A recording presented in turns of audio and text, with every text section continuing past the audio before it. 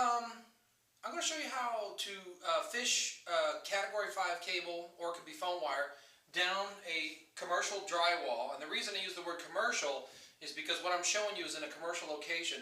The construction that is used in residential can be quite a bit different. And I'm going to start with the simplest form of fishing a wall, and then we'll look at something a little more advanced in a minute.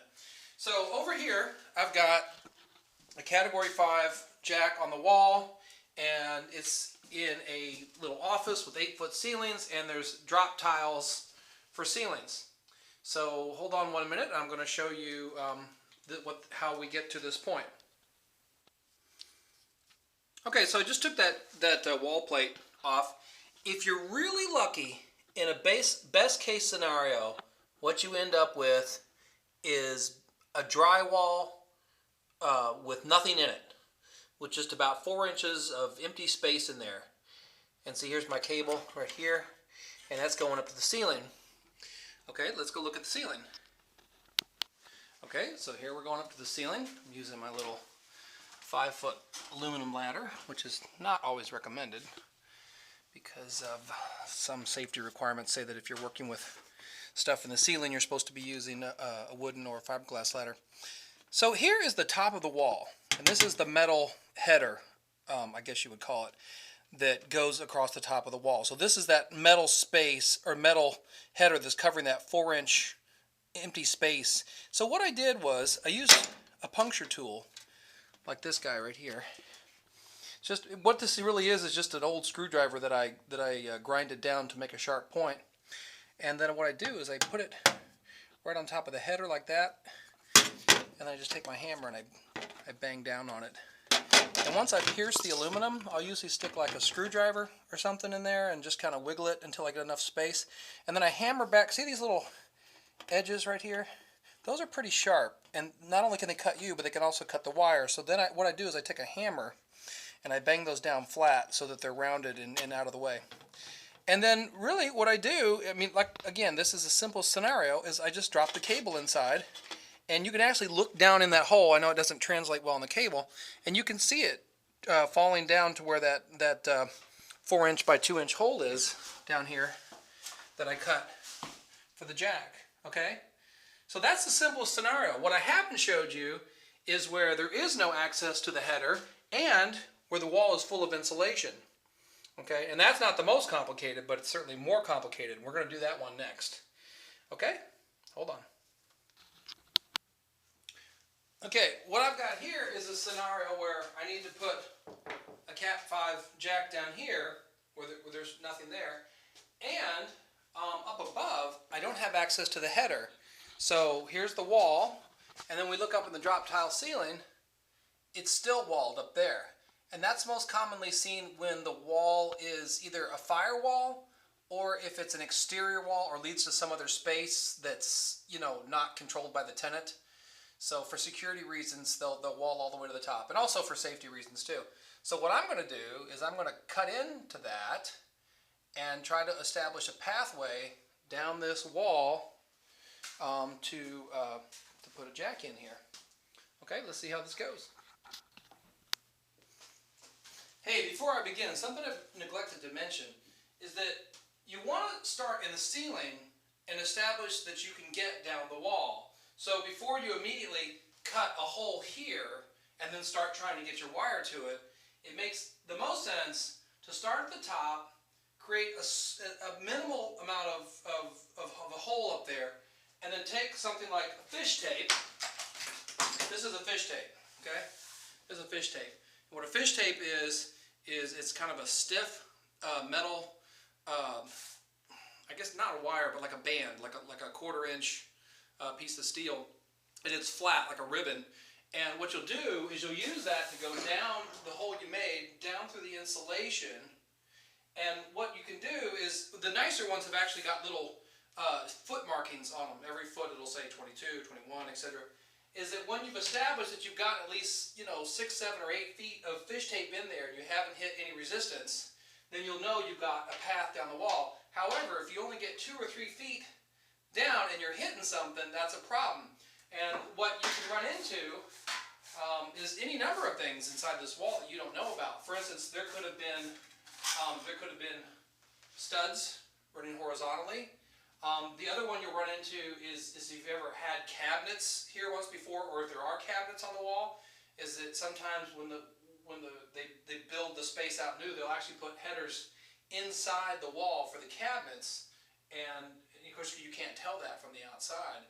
So it's best to try to, as much as you can, establish that you've got a valid path from the top down to your destination before you do any cutting down here. Okay?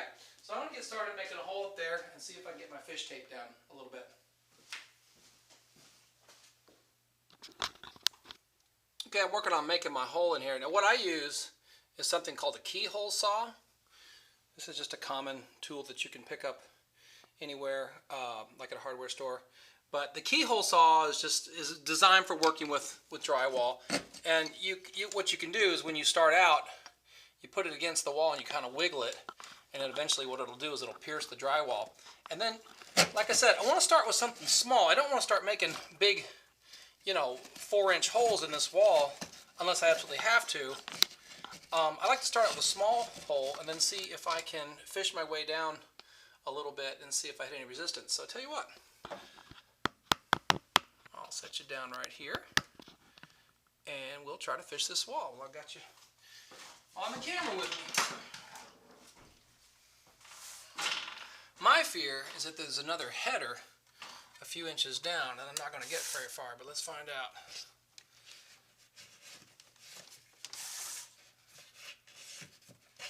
Yeah, I'm hitting something right off the bat there. Not getting too far. Now there's another tool I can use, and because sometimes the fish tape can be a little too flimsy. I mean, it works both ways. You kind of want it to be flexible, but at the same time you kind of want it to have some rigidity too. But there's something that's a little more rigid, and I'll show you that in just a second.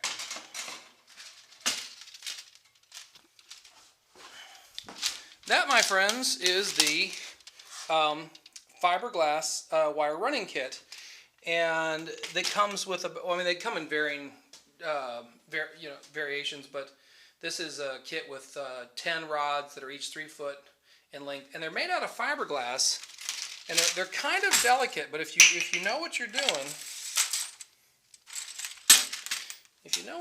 while you're using these, they can be very effective. So let me try this guy, see if I can get any progress with him.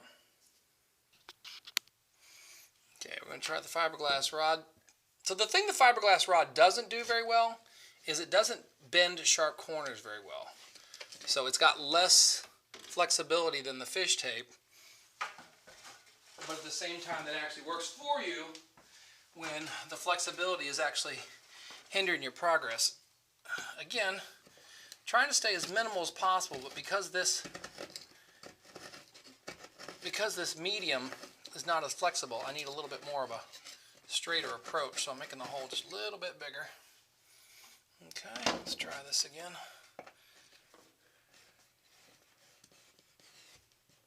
No, definitely hitting something. How far down am I? I'm hitting something about, that's weird.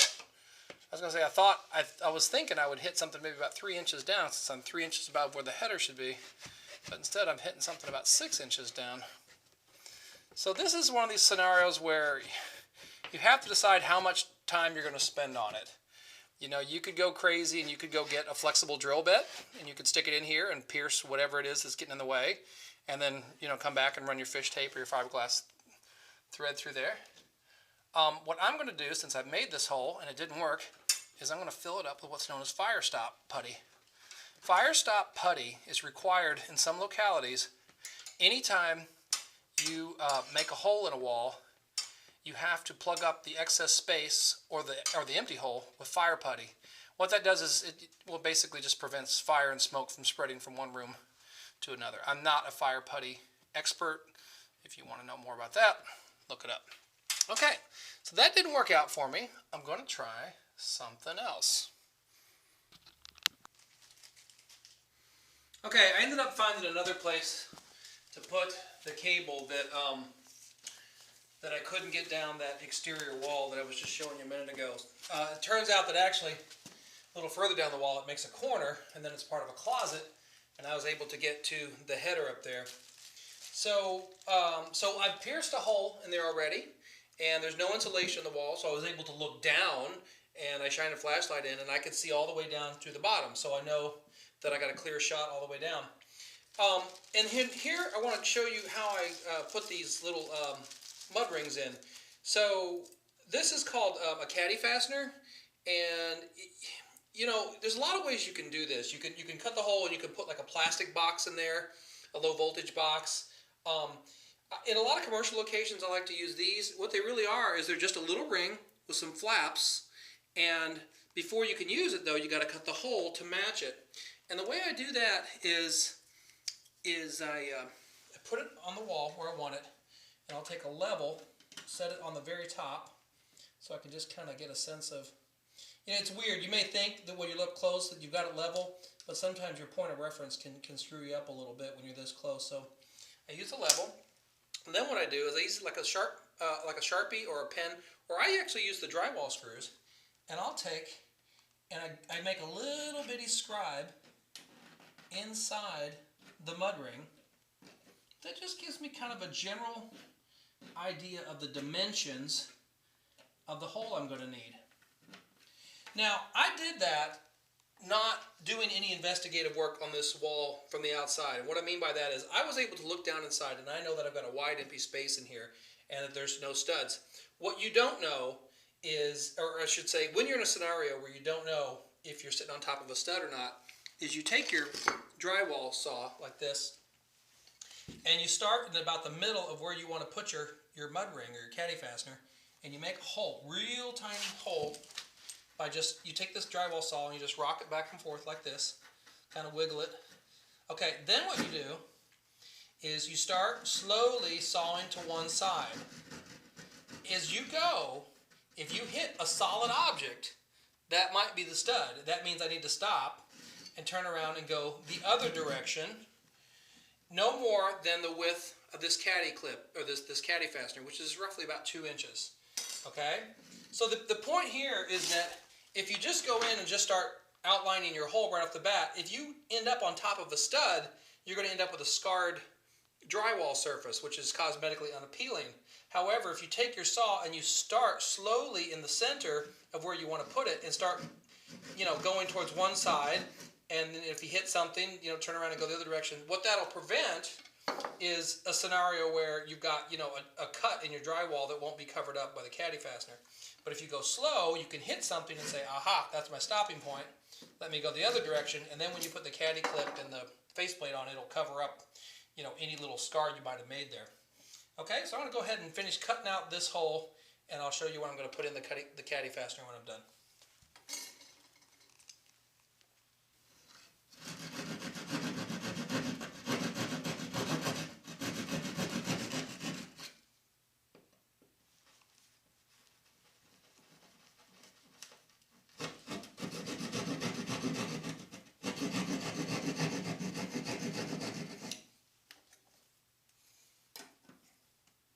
Put the Caddy Fastener back on there sometimes just for reference as I'm cutting the hole.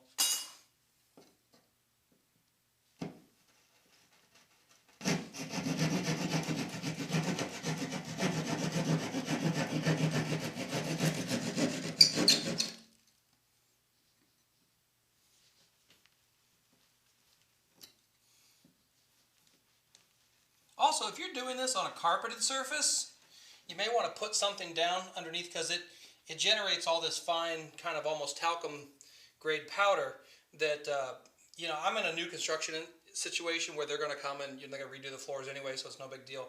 But I find that when that stuff gets on the carpet, it can be kind of a bear to get it out, even with a vacuum. So it's nice if you have a little piece of newspaper. And what I do is I'll actually tape the newspaper to the wall, so it makes kind of a slide away from the wall. And then that will catch it all, and then when I'm done, I just pick up the piece of paper and go throw it away.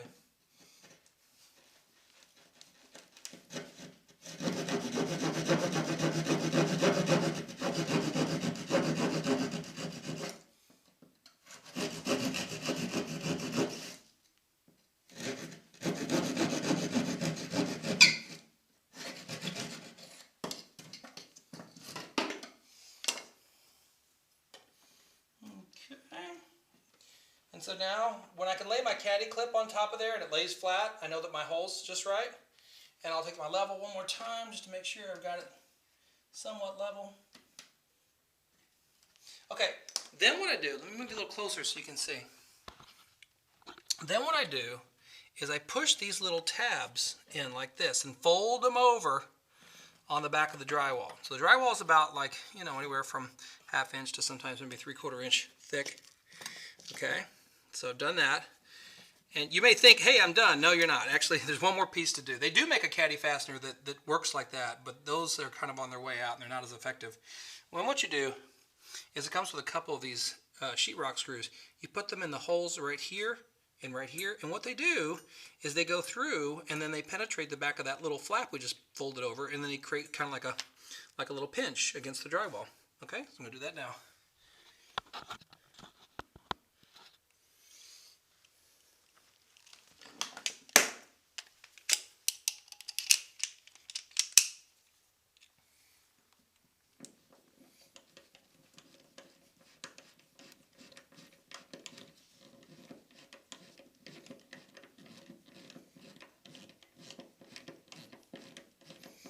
You don't have to make these super tight.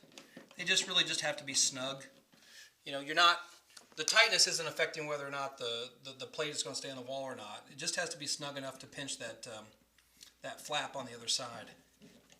In fact, actually, I would almost recommend not making them too tight because that tends to kind of distort the shape of the caddy clip.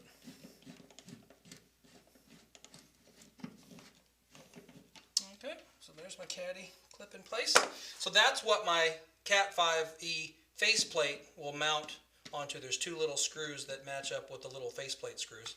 Okay, so now I'm going to go up to my hole and drop the cable down, but I've showed you that piece before, so that's no big deal. And then that'll kind of do it. Okay, thanks for watching. Okay, I'm back. So I looked at a few other options. Anything along this wall isn't going to work out. There is one thing I could do, but it's not where the client wants the jack, and that is that there's a pre-made box, low voltage box, with a conduit already installed. So see, there's the box, and then directly above it is the stub out of the conduit. Now that is like shooting fish in a barrel. You simply just push your cable in there, and about 8 feet later, it just starts coming out down here, and you're all done. So that might be what I end up doing since the fishing the wall didn't work out. So I'm actually glad it didn't work out, so you could see that, you know, every fishing expedition doesn't have a happy ending. That's why I said it's important to do your exploration up at the top, like I did there, before you start making any holes down here. Okay? One last thing I want to add, and that is that you should know, is that in most well, I shouldn't say most. In a lot of localities, especially in the United States, you need to have what's known as either electricians or low voltage license to be doing this kind of stuff. Now, if it's your own home or if it's your own commercial premise and you want to do it, you know, you decide. I'm not telling you whether it's right or it's wrong. I'm just letting you know that installation of low voltage cable in commercial locations in many localities does require some kind of a license to do that. Okay, well, I hope this was informative, and thanks.